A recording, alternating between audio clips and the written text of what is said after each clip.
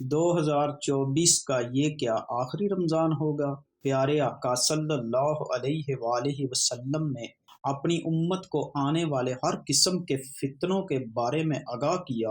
آخری رمضان کا بھی بتایا۔ کیا یہ آخری رمضان ہے؟ بہت سی نشانیاں پوری ہو چکی ہیں، اور سب سے بڑی نشانی یہ ہے کہ بسم اللہ الرحمن الرحیم، ماہ رمضان امت مسلمہ کے لیے اللہ تبارک و تعالیٰ کا خصوصی انعام ہے۔ یہ مہینہ نزول قرآن کا مہینہ ہے۔ اس ماہ مبارک میں پروردگار کی خاص رحمتوں اور برکتوں کا نزول، فراغی رزق، ایک دوسرے کی خیر خواہی اور جنت میں داخل ہونے کے لیے اور جہنم سے نجات حاصل کرنے کے لیے کی جانے والی کاوشوں کا مہینہ ہے۔ آخری کتاب و شریعت کے نزول کے ساتھ ہی پیارے آقا صلی اللہ علیہ وآلہ وسلم کو نبوت کی بشارت دی گئی۔ امت مسلمہ پر نازل ہونے والے اس انعام و اکرام کی خوشی اور شکرانے کے طور پر مسلمانوں پر ایک ماہ کے روزے رکھ کر اضافی عبادت کا تحفہ ملا، اور پروردگار نے ارشاد فرمایا، اے ایمان والو، تم پر اسی طرح روزے فرض کیے گئے ہیں جیسا کہ تم سے پہلے لوگوں پر فرض کیے گئے تھے، تاکہ تم پرہیزگار بن جاؤ۔ اس آیت کریمہ سے وضاحت ہو رہی ہے کہ مسلمانوں سے پہلے بھی دیگر امتوں پر روزے فرض قرار دیے گئے تھے تاکہ وہ تقوی کے اعلیٰ درجات پر فائز ہو سکیں۔ رمضان المبارک کی اہمیت پیارے آقا صلی اللہ علیہ وآلہ وسلم کی اس حدیث مبارکہ سے بہت واضح ہو رہی کہ جس میں آپ صلی اللہ علیہ وآلہ وسلم نے ارشاد فرمایا کہ اگر معلوم ہو جائے کہ رمضان کی کیا اہمیت ہے تو امت تمنا کرے سارا سال ہی روزے ہوں۔ رمضان المبارک کا یہ مہینہ ساری دنیا کے مسلمانوں کے لیے ذکر و فکر، تسبیح و تحلیل، کثیر تلاوت و نوافل اور صدقہ و خیرات کا باعث بنتا ہے۔ اس مہینے کو پا کر دنیا کا ہر مسلمان اپنے اپنے ایمان اور تقوی کے مطابق حصہ لے کر اپنے جسم و روح کے لیے تقویت کا سامان فراہم کرتا ہے۔ اسی طرح ہمارے پیارے آقا حضرت محمد صلی اللہ علیہ وآلہ وسلم کی یہ حدیث مبارکہ کہ روزہ گناہوں سے بچنے کے لیے ڈال ہے۔ اس حدیث سے صاف واضح ہو رہا ہے کہ روزہ دار صرف اپنے آپ کو کھانے پینے سے ہی نہیں روکتا، بلکہ روزہ دار کو فحش گوئی، بیہودہ اعمال، لڑائی جھگڑا اور گالی گلوچ سے پرہیز کرنے سے اجتناب کرنے کا بھی حکم دیتا ہے کہ اگر اس طرح کا کوئی معاملہ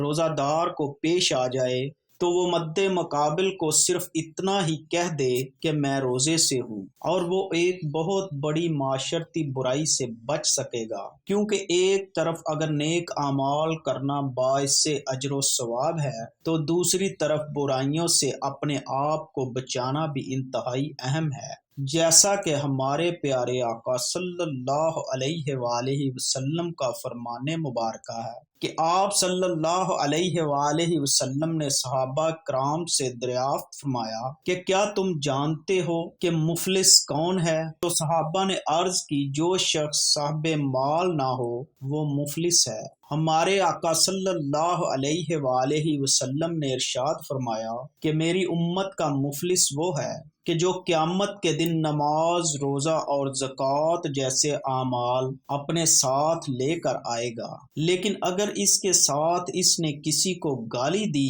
کسی پر کوئی تہمت لگائی ہوگی، کسی کا ناحق مال کھایا ہو یا کسی کو ناحق قتل کیا ہو، تو اس کی نیکیاں مظلوموں میں تقسیم کر دی جائیں گی، اور اگر اس کی تمام نیکیاں ختم ہو جائیں گی تو اس مظلوم کے گناہ اس کے نامہ اعمال میں ڈال دیے جائیں گے۔ اسی طرح روزے کی فضیلت کے حوالے سے حضرت ابن عمر رضی اللہ تعالی عنہ سے روایت ہے کہ پیارے آقا صلی اللہ علیہ وآلہ وسلم نے ارشاد فرمایا، جنت سال کے آغاز ہی سے اگلے سال تک رمضان المبارک کے لیے سجا دی جاتی ہے۔ پیارے آقا صلی اللہ علیہ وآلہ وسلم نے ارشاد فرمایا، جب رمضان المبارک کا پہلا دن ہوتا ہے تو عرش کے نیچے سے ایک ہوا چلتی ہے جو جنت کے درختوں کے پتوں سے حور عین پر پھیل جاتی ہے۔ بس وہ حور عین یہ دعا مانگتی ہے، اے اللہ تبارک و تعالی، ہمارے لیے اپنے بندوں میں ایسے شوہر بنا جن سے ہماری آنکھیں ٹھنڈی ہوں اور ہم سے ان کی آنکھیں ٹھنڈی ہوں۔ قرآن پاک میں اللہ تبارک و تعالیٰ نے روزے کا حکم دیتے ہوئے فرمایا، لعلکم تتقون، یعنی تم پر روزہ فرض کیا جاتا ہے شاید کہ تم متقی و پرہیزگار بن جاؤ۔ یہاں پر یہ نہیں فرمایا کہ اس سے تم یقیناً متقی و پرہیزگار بن جاؤ گے۔ اس آیت سے واضح ہو رہا ہے کہ روزے کا نتیجہ تو آدمی کی سمجھ بوجھ اور اس کے ارادے پر منحصر ہے، نہ کہ صرف روزہ رکھ لینے سے۔ اور جب تک انسان روزے کے اصل مقصد کو حاصل نہیں کر لیتا، یعنی تقوی و پرہیزگاری، تب ہی روزہ اس کے لیے فائدہ مند ہے۔ اگر اس نے روزہ رکھ کر تقوی و پرہیزگاری حاصل نہیں کی تو اسے کوئی فائدہ حاصل ہونے کی امید بھی نہیں رکھنی چاہیے۔ پیارے آقا صلی اللہ علیہ وآلہ وسلم نے اپنی امت کو آنے والے ہر قسم کے فتنوں کے بارے میں نہ صرف خبردار کیا بلکہ مستقبل میں رونما ہونے والے اہم واقعات کے بارے میں بھی آگاہ کیا۔ خاص طور پر ظہور امام مہدی علیہ السلام اور خروج دجال سے متعلق واقعات کو تفصیلاً بیان کیا ہے، یہاں تک کہ حق و باطل کے ان دونوں اماموں کی ظہور و خروج سے ما قبل کے حالات کو قدر تفصیل سے بیان کیا اور کچھ نشانیاں خصوصی طور سے بیان کی تاکہ کسی ان پڑھ جاہل مسلمان کو بھی حق و باطل کی پہچان میں کسی قسم کا شک و شبہ نہ رہے۔ اسی طرح حضرت امام مہدی علیہ السلام کے ظہور سے متعلق بیان کی گئی احادیث کے بارے میں اسلاف کا یہ طریقہ چل رہا ہے کہ وہ اس کے متعلق نشانیوں کو ہمیشہ اپنے سامنے رکھتے تاکہ حضرت امام مہدی علیہ السلام کے ظہور کے وقت حق و باطل کے درمیان ہونے والے مارکے ہیں وہ حق کے ساتھ کھڑے ہوں اور باطل ان کو دھوکہ نہ دے سکے۔ حضرت امام مہدی علیہ السلام کے ظہور سے قبل قریب ترین نشانیوں میں سے ایک نشانی رمضان المبارک میں ایک زوردار آواز سنائی دینا، چاہے وہ چیخ کی صورت میں ہو یا دھماکے کی صورت میں۔ نصف رمضان کی رات یعنی 15ویں شب کو ہوگا اور وہ جمعے کی شب ہو۔ اسی طرح اس رمضان میں سورج گرہن کا ہونا، آسمان پر ستون کی مانند کسی چیز کا روشن ہونا اور سب سے بڑھ کر اس رمضان میں ملک شام میں سفیانی کی جانب سے مسلمانوں کا قتل عام کرنا وغیرہ۔ پیارے آقا صلی اللہ علیہ وآلہ وسلم نے ارشاد فرمایا، رمضان میں ایک زبردست آواز آئے گی۔ صحابہ کرام رضوان اللہ علیہ اجمعین نے پوچھا، یا رسول اللہ صلی اللہ علیہ وآلہ وسلم، آواز رمضان کے اول میں ہوگی، درمیان میں یا پھر آخر میں؟ پیارے آقا صلی اللہ علیہ وآلہ وسلم نے ارشاد فرمایا، نصف رمضان میں۔ جب نصف رمضان میں جمعے کی رات ہوگی تو آسمان سے ایک زوردار آواز آئے گی جس سے 70,000 لوگ بے ہوش ہو جائیں گے اور 70,000 اندھے ہو جائیں گے اور 70,000 بہرے ہو جائیں گے۔ ایک اور روایت کے مطابق 70,000 راستہ بھٹک جائیں گے اور 70,000 لڑکیوں کی وقارت زائل ہو جائے گی۔ صحابہ کرام رضی اللہ تعالی عنہ نے دریافت کیا، یا رسول اللہ صلی اللہ علیہ وآلہ وسلم، تو آپ کی امت میں سے اس آواز سے کون محفوظ رہے گا؟ پیارے آقا صلی اللہ علیہ وآلہ وسلم نے ارشاد فرمایا، جو اس وقت اپنے گھروں میں رہے اور سجدوں میں گر کر پناہ مانگے اور زور زور سے تکبیریں کہے۔ پھر اس کے بعد ایک اور آواز آئے گی، پہلی آواز حضرت جبرائیل علیہ السلام کی ہوگی اور دوسری آواز شیطان کی ہوگی۔ پھر فرمایا کہ واقعات کی ترتیب یہ ہوگی کہ آواز رمضان المبارک میں ہوگی۔ دراصل جنگ کی گنگرج یا شور شرابہ ہوگا جو کہ شوال کے مہینے میں ہوگی اور ذی القعدہ میں قبائل عرب بغاوت کرے گی اور ذی الحج میں حاجیوں کو لوٹا جائے گا۔ رہا محرم کا مہینہ، محرم کا ابتدائی حصہ میری امت کے لیے آزمائش ہے، اس کا آخری حصہ میری امت کے لیے نجات ہے۔ اس دن وہ سواری بمے کجاوے کے جس پر سوار ہو کر مسلمان نجات پائے گا، اس کے لیے 1,00,000 سے زیادہ قیمت والے اس مکان سے بہتر ہوگی جہاں کھیل و تفریح کا سامان ہوگا۔ پیارے آقا صلی اللہ علیہ وآلہ وسلم نے ارشاد فرمایا، رمضان المبارک میں ایک آواز سنائی دے گی، شوال میں شور شرابہ ہوگا اور ذی القعدہ میں قبائل کی باہمی کشمکش۔ اس سال حاجیوں کو لوٹا جائے گا اور مینا میں بڑا کشت و خون ہوگا، بہت سے لوگ قتل کیے جائیں گے۔ وہاں اس وقت خون ریزی ہوگی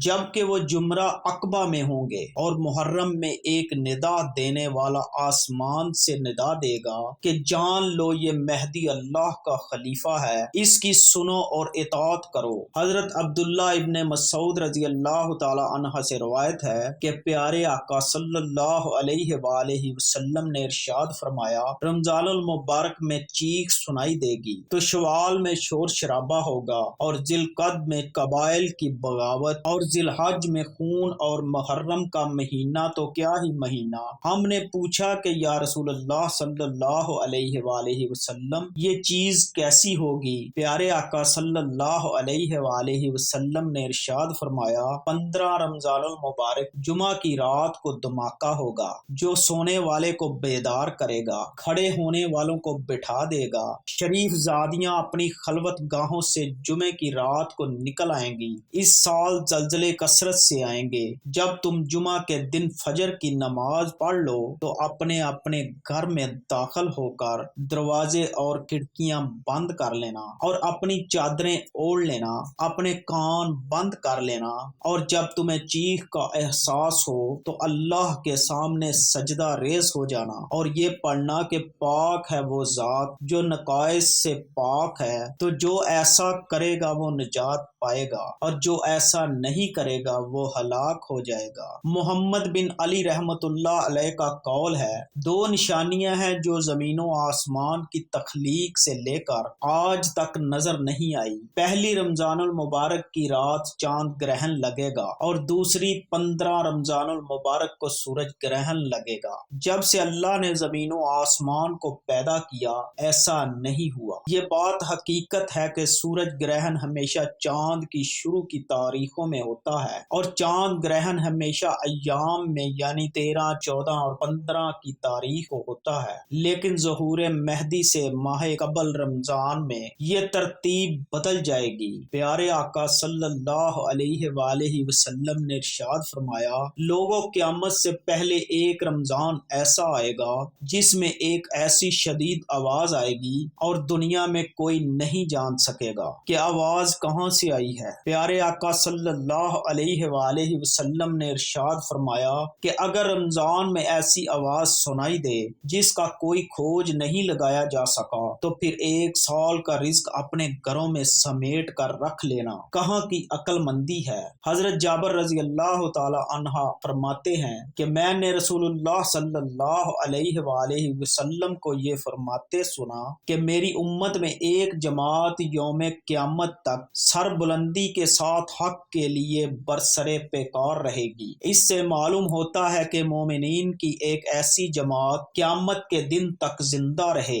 مگر مدرجہ ذیل احادیث طیبہ میں صراحت ہے کہ قیامت سے پہلے تمام مومنین کو موت آ جائے گی اور قیامت کے دن کوئی مومن زندہ نہیں رہے گا۔ مولا علی شیر خدا رضی اللہ تعالی عنہ سے پوچھا گیا کہ وہ کون سا عمل ہے جس سے موت کے وقت ملک الموت انسان کی تعظیم کرتے ہیں، اس کی روح سکون سے قبض کرتے ہیں، تو مولا علی شیر خدا رضی اللہ تعالی عنہ نے ارشاد فرمایا، اے شخص وہ 3 عمل یہ ہیں، جو انسان یہ 3 عمل کرتا ہے تو فرشتہ موت اس کی تعظیم کرتا ہے، یوں وہ اپنے مالک حقیقی سے جا ملتا ہے۔ جب پیارے آقا صلی اللہ علیہ وآلہ وسلم کا آخری وقت قریب آیا تو پیارے آقا صلی اللہ علیہ وآلہ وسلم نے ارشاد فرمایا، کیا میری امت کو موت کی تکلیف برداشت کرنی پڑے گی؟ تو فرشتے نے کہا جی ہاں کرنی پڑے گی۔ پیارے آقا صلی اللہ اللہ علیہ وآلہ وسلم کی آنکھ مبارک سے آنسو جاری ہو گئے تو اللہ تبارک و تعالی نے ارشاد فرمایا،